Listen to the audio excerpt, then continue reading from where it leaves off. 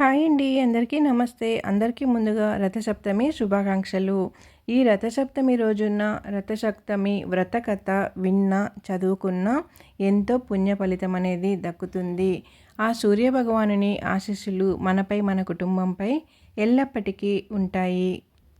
అలాగే ఇప్పుడు మీరు చూస్తున్న ఈ రథం చూడండి ఎంత చక్కగా ఉందో.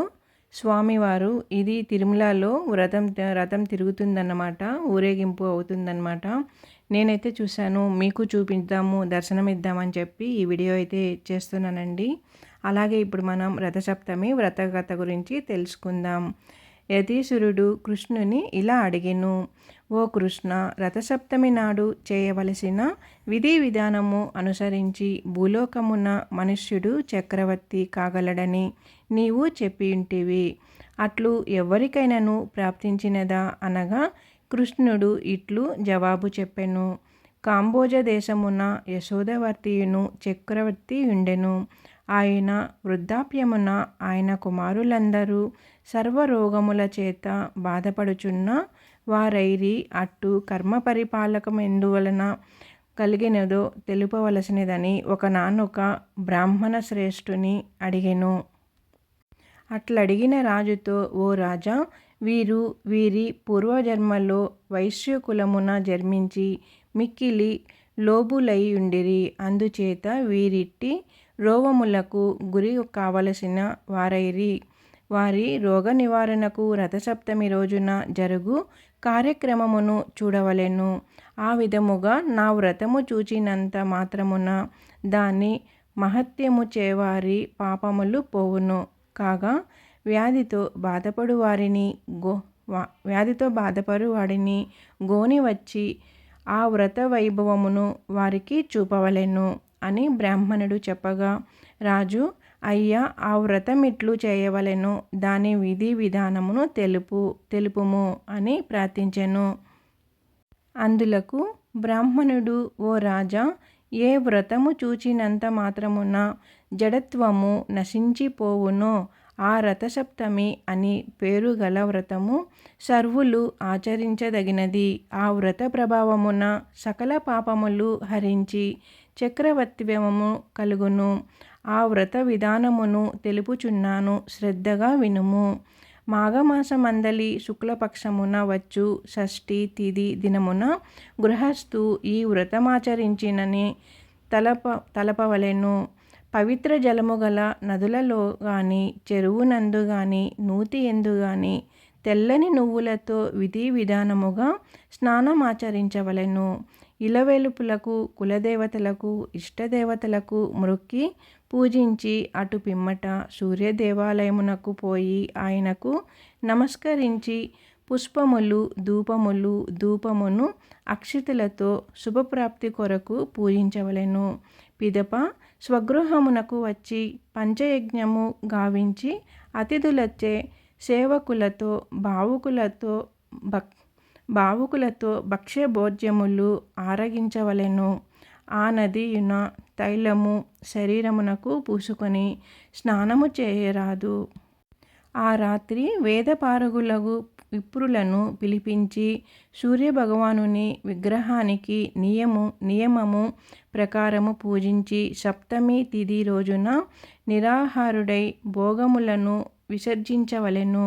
భోజనాలకు పూర్వము, ఓ జగన్నాథుడా, నేను చేయబోవు ఈ రథసప్తమి వ్రతమును నిర్విఘ్నముగా పరిసమాప్తి చేయవలసిందిగా వేడుకున్నాను అని ఉచ్చరించుచు తన చేతులతో గల జలమును నీటితో విడవవలెను.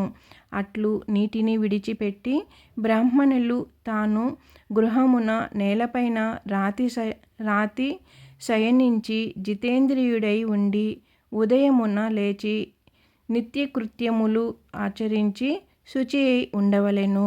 ఒక దివ్యమైన సూర్యార్థాన్ని దివ్యమాలికతోనూ చిరుగంగలతోనూ సర్వోపచారాలతోనూ తయారు చేసి సర్వాంగములను రత్నాలు మణులతో అలంకరించవలెను. బంగారముతో గాని వెండితో గాని గుర్రాలను, రథసారథిని రథమును తయారు చేసి మధ్యాహ్నవేళ స్నానాధికములను నిర్వర్తించుకొనెను. వదరబోతులను, పాషండులను, దుష్టులను విడిచిపెట్టి ప్రాజ్ఞులు సౌరాసూక్త పారాయణ చేయుచుండగా నిజగృహము చేరవలెను. పిమ్మట తన నిత్యకృత్యములను పూర్తి చేసుకొని స్వస్తి బ్రాహ్మణ వాచకములతో వస్త్రమండప మధ్యభాగమున రథమును స్థాపించవలెను. కుంకుమతోనూ సుగంధ ద్రవ్యాలతోనూ పుష్పములతోనూ పూజించి రథమును పుష్పములతోనూ దీపములతోనూ అలంకరించవలెను. అగరవత్తు ధూపములందు రథమధ్యముననున్న సూర్యుని సర్వసంపూర్ణముగా అర్చన చేయవలెను. ధనలోభము చేయరాదు. లోభి అయి ధనమును ఖర్చు చేయుటకు మనస్సంగీకరించనిచో వ్రతము వైఫల్యము, దాని అవలన మనస్సు నికలత్వమును పొందును. పిమ్మట రథాన్ని, రథసారథిని, అందుగల సూర్యభగవానుని పుష్ప ధూప గంధ వస్త్రాలు, అలంకారాలు, భూషణాలు, నానావిధ పంచభక్షణాలు గల నైవేద్యాలతో పూజించి ఈ క్రింది విధముగా దివాకరుణ్ణి స్తోత్రము చేయవలెను. ఓ భాస్కర, దివాకర, ఆదిత్య, మార్తాండ, గ్రహాధిప, అపారాధిని, జగద్రక్షక, భూతభవాన, భూతేశ, భాస్కర, అర్థత్రాణ పారాయణ హర, అంచిత్య విశ్వసంచార, హే విష్ణు, ఆదిభూతేశ, ఆది మధ్యస్థ భాస్కర. ఓ జగత్పతే, భక్తి లేకున్నను క్రియాశూన్యమైనను నేను చేసిన అర్చనకు నీ సంపూర్ణ కటాక్షమును చూపుము. పై విధముగా మనస్సులో తాను వేడిన కోరికను సఫలీకృతం చేయవలెనని భాస్కరుని ప్రార్థించవలెను. ధనహీనుడైనను విధి ప్రకారము అన్ని కార్యములు చేయవలెను. రథము, సారథి, గుర్రములు, వివిధ రకాల రంగులతో లిఖించిన బొమ్మలు, జిల్లేడు ప్రతిమలతో సూర్యభగవానుని శక్తి కొలది పూర్వము చెప్పినట్లు విధి విధానముగా పూజించవలెను. ఆ రాత్రి జాగరణ చేసి పురాణ శ్రావణ మంగళీ గీతాలతో, మంగళ వాయిద్యాలతో పుణ్యకథలను వినవలెను.